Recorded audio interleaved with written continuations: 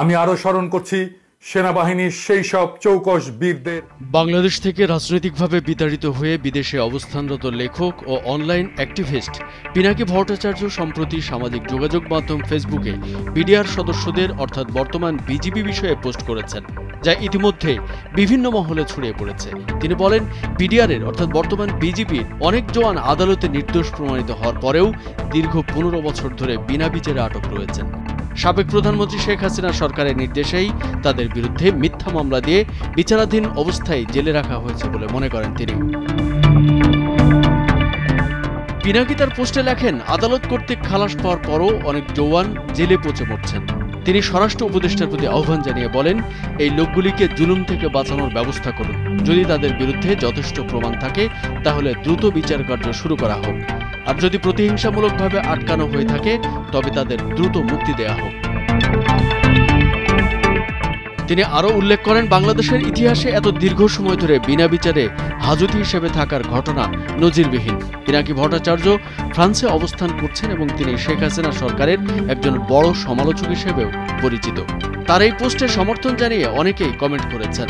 রাব্বুল ইসলাম খান নামের একজন কমেন্ট করেছেন, কেউ দোষী হলে শাস্তি পাবে, কেউ নির্দোষ হলে সে সকল অন্যায় জুলুম থেকে মুক্তি পাবে।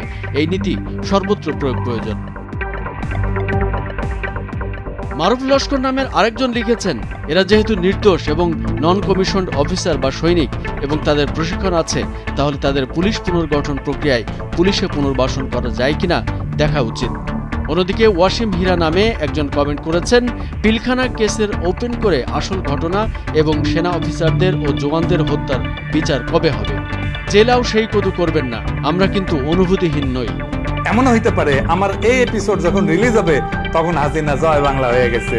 পিনাকি ভট্টাচার্যের ওই পোস্টের নিচে অনেকেই তারা কবে মুক্তি পাবে বা আদতেই মুক্তি পাবে কিনা সে বিষয়ে জানতে চেয়েছেন। জেলখানায় আটক বেশিরভাগ বিডিআর সদস্যকে নির্দোষ বলে দাবি করেন অনেকে। পোস্টটিতে লাইক দিয়েছে প্রায় 20,000 মানুষ, কমেন্ট করেছে অন্তত 5 শতাধিক মানুষ, শেয়ার করেছে প্রায় 600 মানুষ।